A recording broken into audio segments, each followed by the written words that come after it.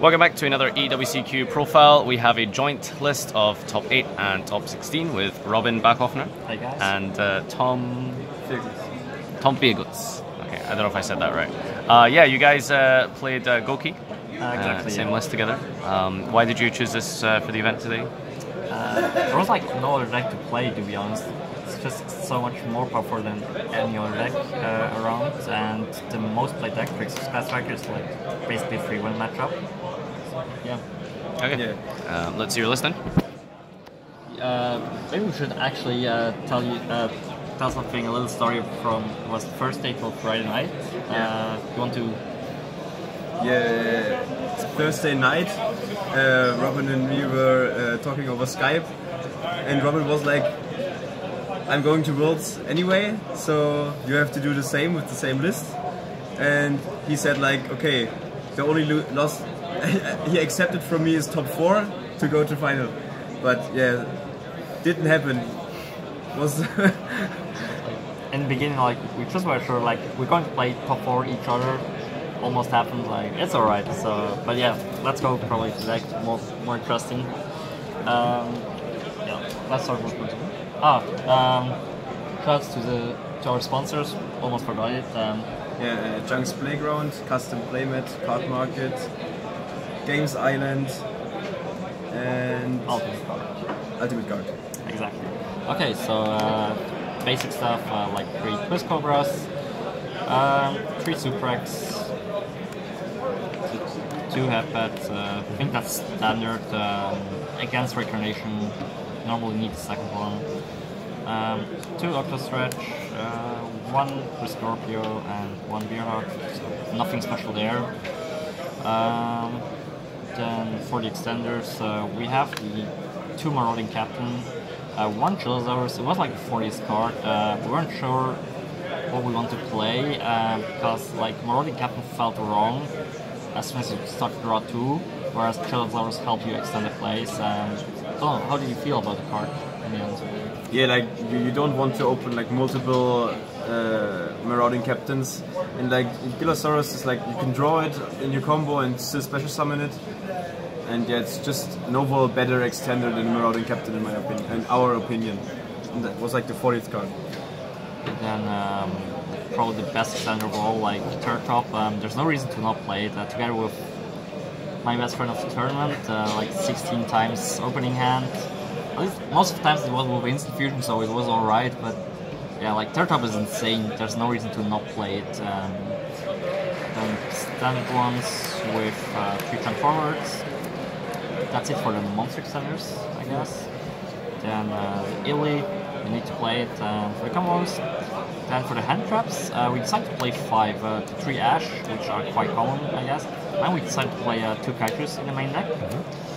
Well, the reason for that was basically the 3 Sky Striker matchup is that easy. You don't need hand traps in this matchup, probably just Ash for Reincarnation, nothing else. So we focused ourselves on the mirror match.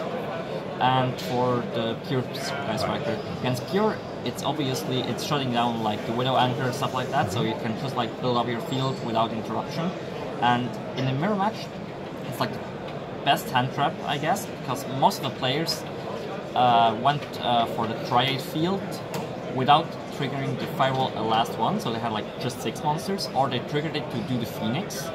And if you have like the Kaiju and a normal Gouki play, like Gouki Extender, you just clear their whole board, and you have your own U-Link afterwards by bouncing back the Kaiju, resummoning it, and that's actually insane, especially as you can draw it as a 6th card, and it doesn't matter, whereas normal hand traps like just don't do anything at this point.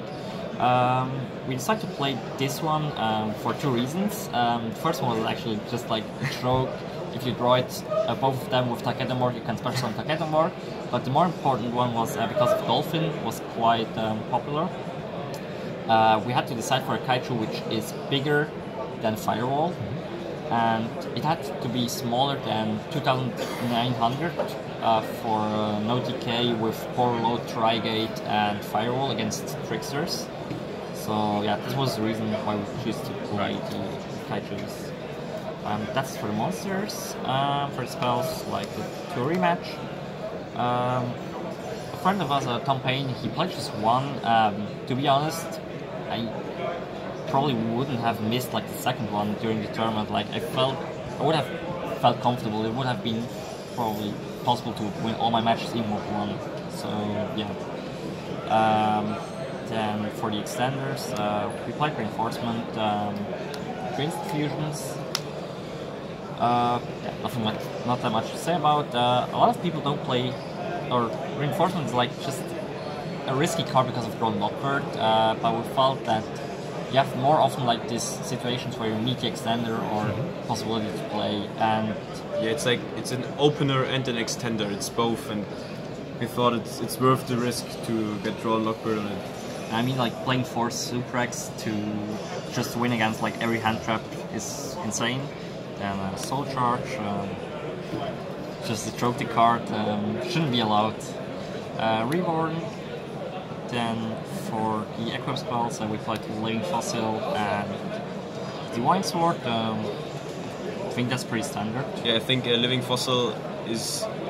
You have to play it, because if you draw both equip spells, and one of them is Living Fossil, you can easily do the same combo with Trigate and Cerberus, because it's an extra extender. Exactly, so it's important to play one that's an extender in itself. Then 3 Colpigrave, and a card which wasn't played that often was the Phantom Night Trap. Don't know the exact name in English. Phantom Brigandine. Shadow Brigandine. Yeah, it's basically just another extender to do your combos, especially as you're not relying on Invoker, because you can do it with Warrior and Gouki. It doesn't conflict with Giant Scorpio, so the card is actually insane. We even considered 2 in the beginning, right? Yeah. Just because it was like one of the best extenders. That's for the main deck. That's for the cards. Afterwards for the extra deck. Yeah, I think extra deck is pretty standard. Like 2 Mermaid for extra link, 2 Assault, 2 Goblin, then Phoenix, Cerberus, Underclap Taker for a normal combo, Trigate, Unicorn, Firewall, Invoker, and the Dragonis. The 15th card wasn't like always 100% sure. Exactly. But we decided to play Borreload because sometimes if you have the Kaiju and can out their board, they only have Borreload in the extra deck left, like if they play it. And if they play it, you can't out it if you don't have it, and in many grind games it comes up if you're not lucky enough to get the combo or you hand trap you, and like mediocre combos. And that's why, yeah, for grind games. And for me it was quite good. Summoned it like 3 or 4 times. Never summoned it. Could have been something else, like. That's alright. Reason, yeah, makes sense. Yeah, I think the side deck was the hardest part for us. Exactly. Like, we weren't sure. Like, I think Cherry was the only one we were sure about, because you have to play Cherry for the Gouki mirror. And besides that, we decided Electromite, because against Pendulum they can't win, or like it's very hard for them to win without the Electromite. We decided free exchange for going first.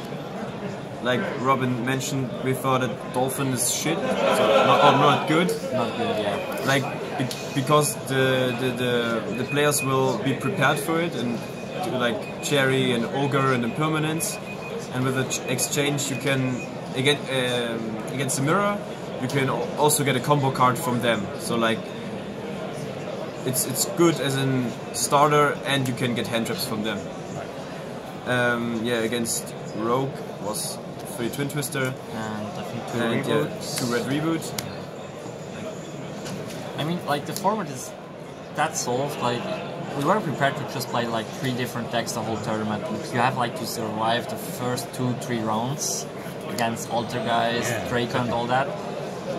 So afterwards, I have to say, like I felt like we oversighted for the random matchups, but yeah. Then we said, is it hand traps like Impermanence? Because we said exchange, we can't put that much hand traps in against Gouki. And this one you can set before you activate exchange, so they can't hand trap you because you give them one. And we could let the kaijus in, because if you do the combo and we know that you have the kaiju, we can do the 7th monster and we don't care about the kaiju. Exactly. Also with that... Probably the worst card of the weekend. I didn't thought that it's going to be that bad like all Americans told in their deck profiles. I never sided in, never summoned it like so same for me. It doesn't make sense. Or I didn't have actually I didn't have like the chances where it would have made sense. Just because I knew I think I started game 3 against Gouki. But I knew that he's going to side stuff where just like the topological combo isn't doing anything. So just decided like it doesn't make any sense to play it. So card it's not that good in my opinion. Our plan was to side out Borrow Load for this, but like if you got hand trapped and they play like 12 to 15 after sideboard, you will never get to the point to summon Gambler, and then in the grind game you want to have the Borrow Load still in extra deck to...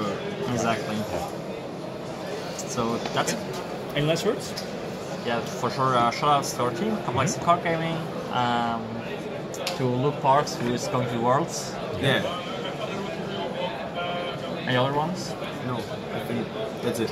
Thanks for listening. Thank you.